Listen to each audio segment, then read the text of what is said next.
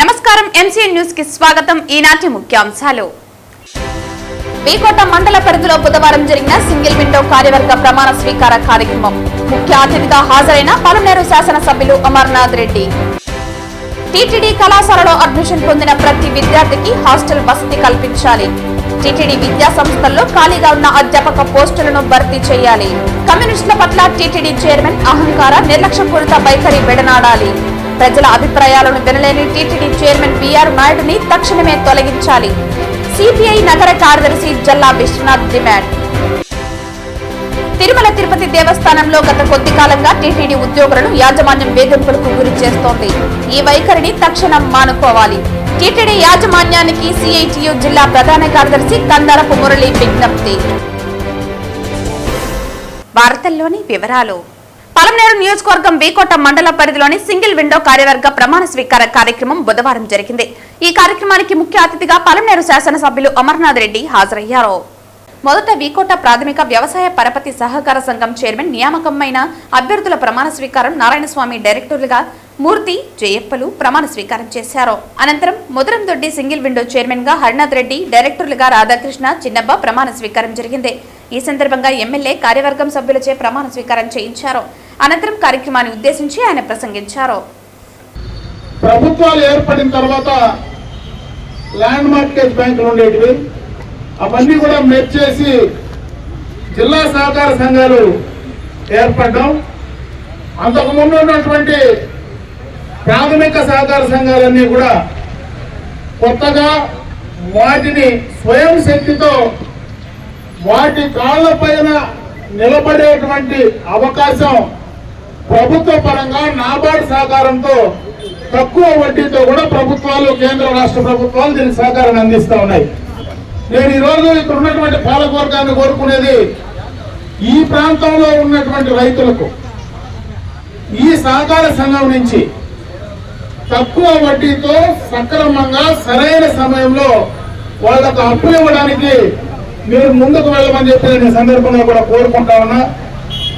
ఎందుకంటే మొట్టమొదటగా నా రాజకీయ జీవితంలో గ్రామ పంచాయతీ సర్పంచ్ నుంచి మొదటిసారి జిల్లా సహకార బ్యాంకు డిసిసిబి అధ్యక్షుడైన ఆ సందర్భంలోనే ఇక్కడ సెంట్రల్ బ్యాంక్ సంబంధించినటువంటి బ్రాంచ్ ని మొట్టమొదటగా ఇదే బిల్డింగ్ లో 1994-95 మధ్యలో ఇక్కడ ప్రారంభోత్సవం కూడా అలా చేశాం.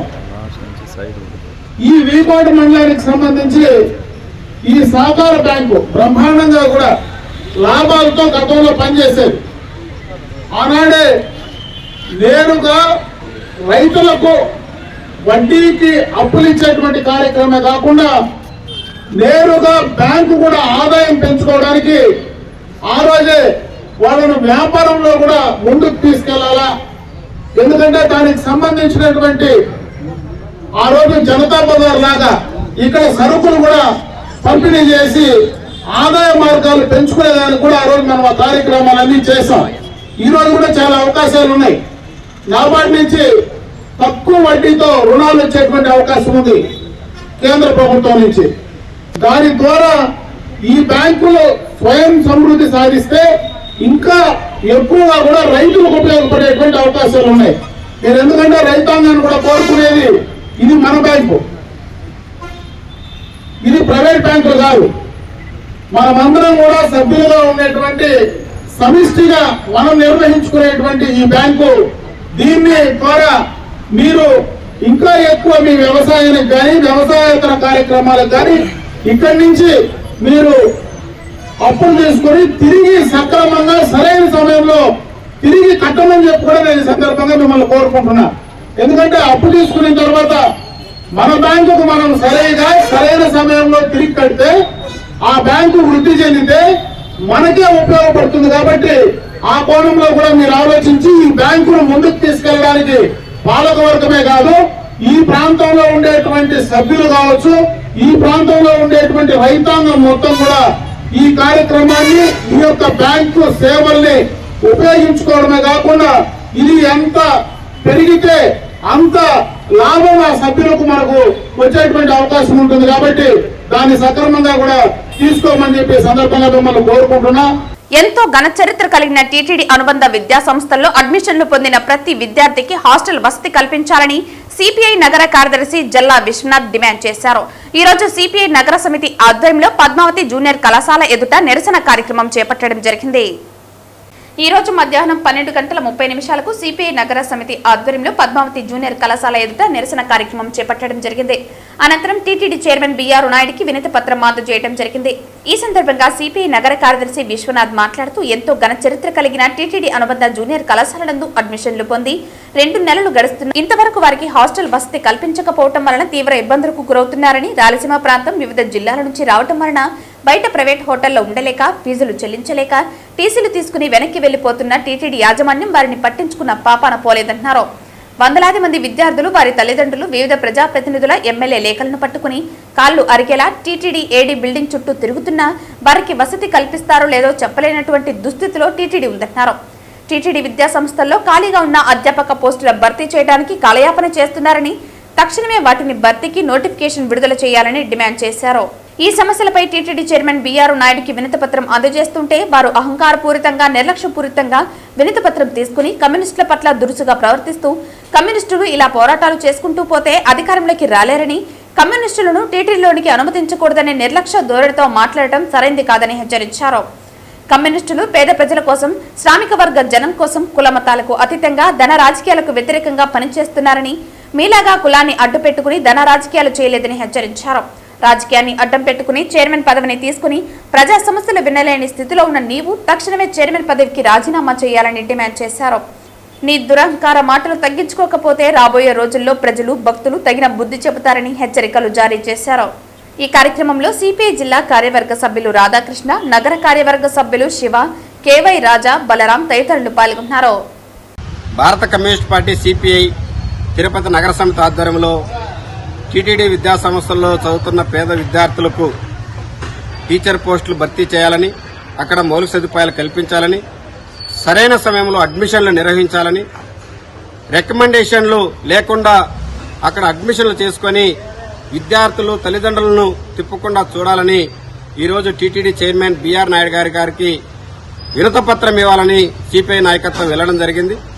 ఈరోజు చైర్మన్ గారు బిఆర్ నాయుడు గారు వినతిపత్రం తీసుకుని మీరు ఎందుకు వచ్చారనే పద్ధతిలో కూడా అడగకుండా, అసలు అర్జీ కూడా చూడకుండా ఈరోజు పక్కన లెటర్ ఇచ్చేసి మేము చెప్పేది సార్ అయ్యా సకాలంలో అడ్మిషన్ నిర్వహించండి, కళాశాలలో రెండు నెలలైంది ప్రారంభమై ఇంతవరకు విద్యార్థులు అడ్మిషన్లు జరుగుతున్నాయి, విద్యార్థుల్ని తల్లిదండ్రులు తిప్పుకుంటున్నారు, సరైన సమయంలో అడ్మిషన్లు చేయాలనే పద్ధతిలో విన్నవించిన బిఆర్ నాయుడు గారు వెంటనే రియాక్ట్ అయ్యి మీరు కమ్యూనిస్టులు ఈ విధంగా ముందుగా పోతారు, అందుకని మీరు అధికారంలోకి రాలేదని అధికార దురహంకారంతో మాట్లాడారు. ఇది సరైన పద్ధతి కాదు.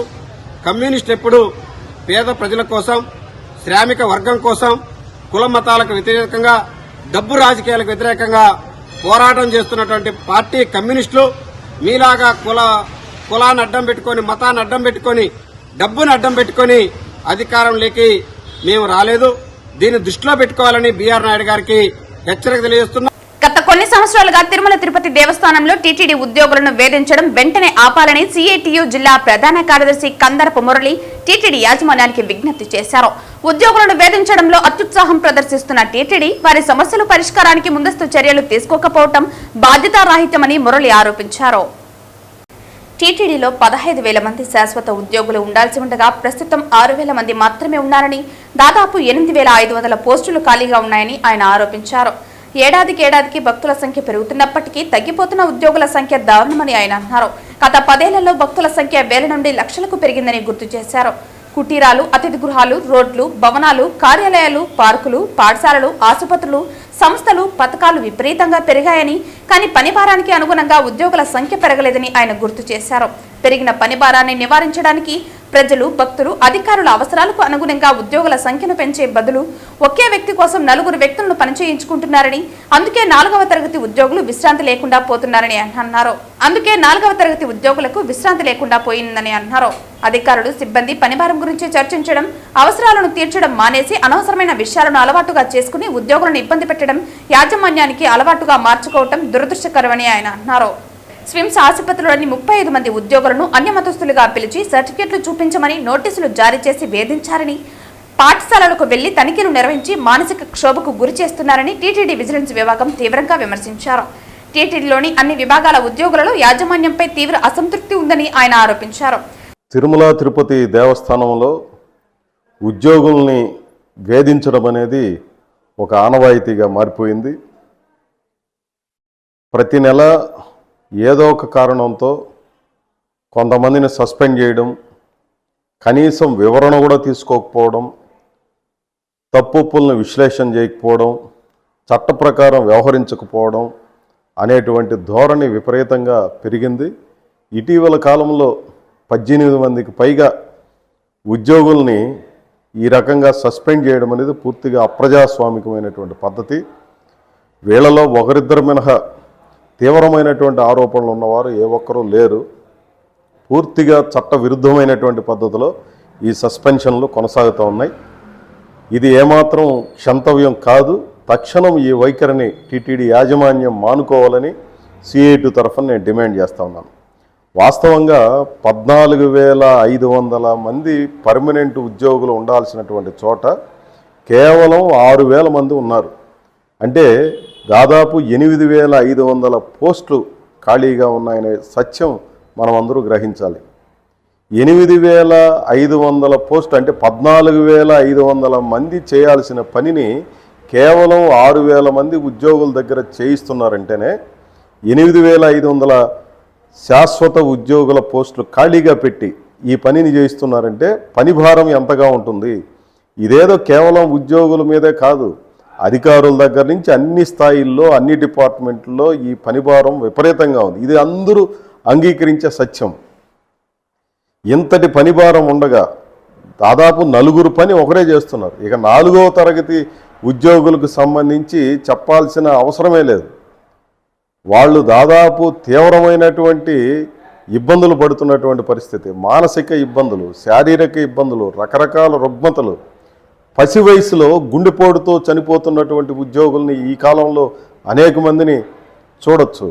ఇంతటి తీవ్రమైనటువంటి పరిస్థితికి కారణం ఈరోజు యాజమాన్యం అనుసరిస్తున్నటువంటి పద్ధతి. ఇదేమన్నా తెలియదా? రాష్ట్ర ప్రభుత్వానికి తెలుసు, ఇక్కడ ఉన్నటువంటి యాజమాన్యానికి తెలుసు, పాలక మండలికి తెలుసు. కానీ ఈ పోస్టులను భర్తీ చేయాలన్నటువంటి ఆలోచన కానీ లేదా దాన్ని ఎట్లా పరిష్కరించాలన్నటువంటి శాస్త్రీయమైనటువంటి దృష్టి కానీ లేకపోవడం అనేది ఈరోజు ఒక విషాదంగా పరిణమిస్తూ ఉంది. ఆంధ్రప్రదేశ్ రాష్ట్ర ప్రభుత్వం చేనేత రంగ అభివృద్ధికి తీసుకున్న కీలక నిర్ణయంపై నేతన్నలు ఆనందాన్ని వ్యక్తం చేశారు. ఇది చేనేత వృత్తిని ప్రోత్సహించే దిశగా మహత్తర నిర్ణయమని పేర్కొంటూ ముఖ్యమంత్రి చంద్రబాబు నాయుడు, ఉప ముఖ్యమంత్రి పవన్ కళ్యాణ్, భారత ప్రధాని నరేంద్ర మోదీలకు నేతన్నలు హృదయపూర్వక కృతజ్ఞతలు తెలిపారు. ముఖ్యమంత్రి చంద్రబాబు నాయుడు చేనేతల కోసం ప్రకటించిన పథకాలపై ఆంధ్రప్రదేశ్ దేవాంగ అభ్యుదయ సేవా సంఘం రాష్ట్ర కన్వీనర్, జాతీయ చేనేత నాయకుడు గుత్తి త్యాగరాజు మాట్లాడుతూ చేనేతలకు నెలకు 200 యూనిట్ల ఉచిత విద్యుత్, మరమగ్గాలపై 500 యూనిట్ల ఉచిత విద్యుత్, చేనేత వస్త్రాలపై GST మినహాయింపు, థ్రిఫ్ట్ ఫండ్ కోసం 5 కోట్లు కేటాయింపు, ఇవి చేనేత రంగాన్ని బలోపేతం చేయనున్నట్లు తెలిపారు. దేవాంగ కార్పొరేషన్ను త్వరగా ప్రకటించాలని, చేనేతకు నెలకు 24,000 రూపాయలు సహాయం కొనసాగించాలని, పట్టు సబ్సిడీ పథకాన్ని మళ్లీ తీసుకురావాలని నేతన్నలు కోరుతున్నారు. జాతీయ చేనేత దినోత్సవం ఆగస్టు 7 సందర్భంగా చేనేత వృత్తి నిపుణులకు సత్కారం, ప్రశంసా పత్రాలు అందించనున్నట్లు తెలిపారు. చేనేత ఉద్యమ నేత అల్లాడ సూర్యభాస్కర్ మాట్లాడుతూ పత్తి, పట్టు రైతులు బాగుంటేనే చేనేత రంగం బాగుంటుందన్నారు. ప్రతి ఒక్కరూ చేనేత వస్త్రాలు ధరించాలని, ఇది ఆరోగ్యంగా ఉంటుందన్నారు మరియు హుందాగా ఉంటుందని తెలిపారు. ఇది నేతన్నలకు ఉపాధిని కలిగిస్తుందని అన్నారు. ఉచిత విద్యుత్ పథకంపై రాష్ట్ర వ్యాప్తంగా నేతన్నలు హర్షం వ్యక్తం చేస్తున్నట్లు తెలిపారు. పృథ్వీ నాగరాజు, సామల రేవతి, నీలి మునిలక్ష్మి, బొజ్జ మురళి, బత్తల తిరుమలయ్య తదితరులు ప్రభుత్వ నిర్ణయాన్ని స్వాగతిస్తున్నారు.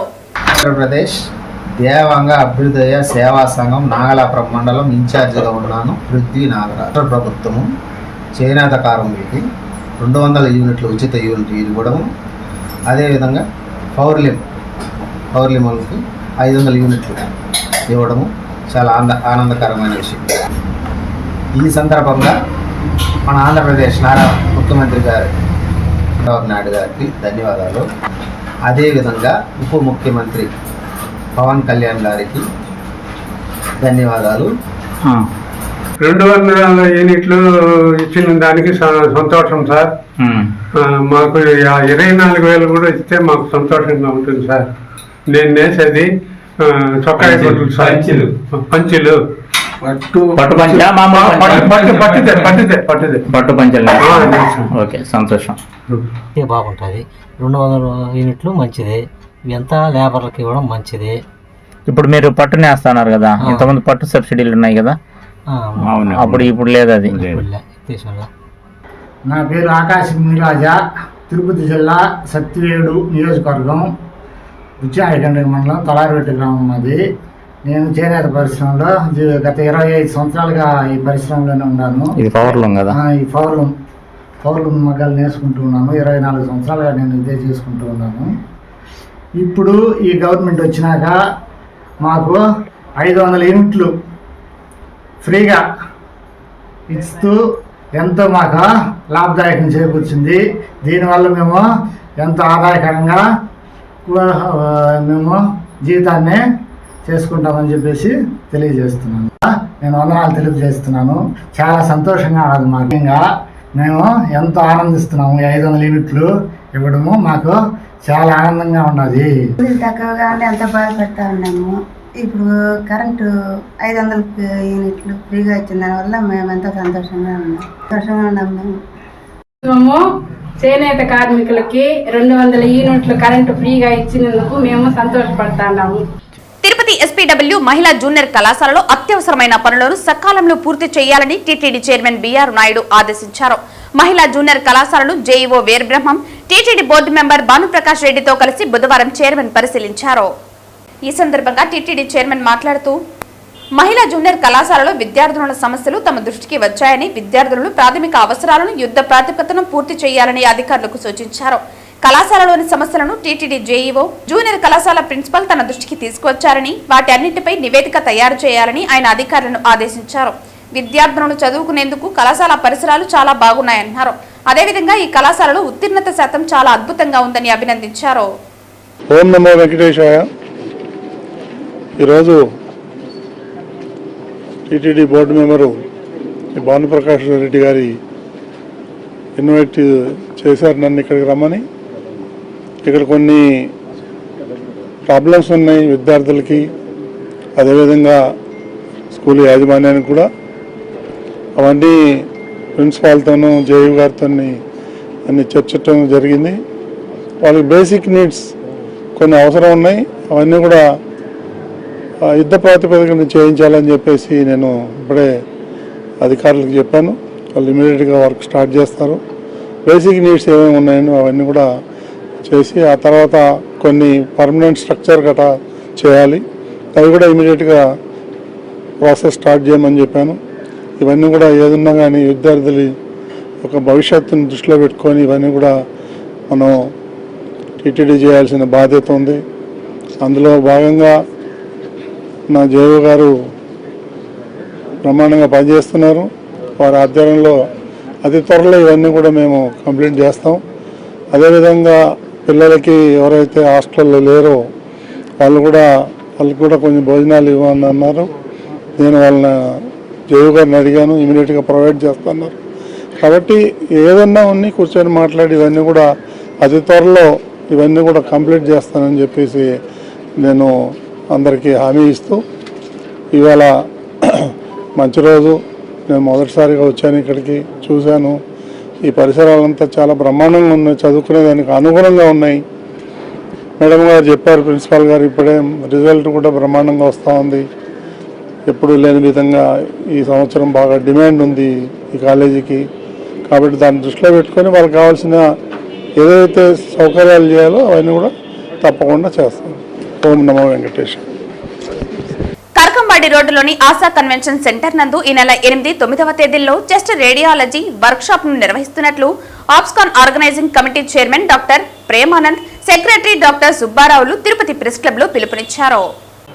ప్రతి సంవత్సరము వైద్యంలో మార్పులు వస్తుంటాయి. ఆ మార్పులను చేపడితేనే సరిగ్గా పేషెంట్స్కు వైద్యం చేయగలము. వైద్యం చేసేది మారుతూ వస్తుంది రీసెర్చ్ బట్టి. అటువంటి మార్పులు ఏమైనా ఉన్నాయా? కొత్తగా ఫిజిషియన్స్ అయిన వాళ్ళకి వాళ్ళు ప్రాక్టీస్ చేయడానికి, వాళ్ళు సరైన పద్ధతిలో ఊపిరితిత్తుల జబ్బులు ట్రీట్ చేయడానికి కావలసినటువంటి నాలెడ్జ్ అండ్ స్కిల్. నాలెడ్జ్ అంటే దాని గురించి తెలుసుకునే విషయాలు తెలుసుకోవడం, స్కిల్ అంటే చేయవలసిన విషయాలు కొన్ని ఉంటాయి. ఇప్పుడు ఊపిరితిత్తులకు బ్రాంకోస్కోపీ అంటారు, గొట్టం వేసి లోపల చూస్తాం, లోపల ఎక్కడైనా ఉంటుంది, నీరు తీస్తాం. ఆ జబ్బు ఏమి కనుక్కోవాలంటే ఇటువంటి ఇంటర్వెన్షన్స్ అంటారు. ఇవి చేస్తే అప్పుడు పూర్తిగా పేషెంట్కు సరైన వైద్యం చేయగలం. ఇటువంటి ఇంటర్వెన్షన్స్ కూడా ఈ సమావేశంలో వర్క్షాప్స్ అని పెట్టి అందరికీ అనుభవం వచ్చేట్టుగా చేస్తున్నాము.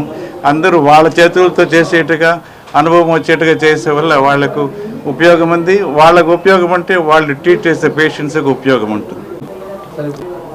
ఈ అప్సా పల్మనాలజిస్ట్ ఆఫ్ సీమాంధ్ర అసోసియేషన్ అంటే ఆంధ్రప్రదేశ్ సార్ చెప్పినట్టు ఆంధ్రప్రదేశ్ డివైడ్ అయిన తర్వాత సార్ యొక్క రెసిడెన్షిప్లో ఆంధ్రప్రదేశ్ పల్మనాలజిస్ట్ అంతకి ఒక అసోసియేషన్ ఫామ్ అయ్యారు.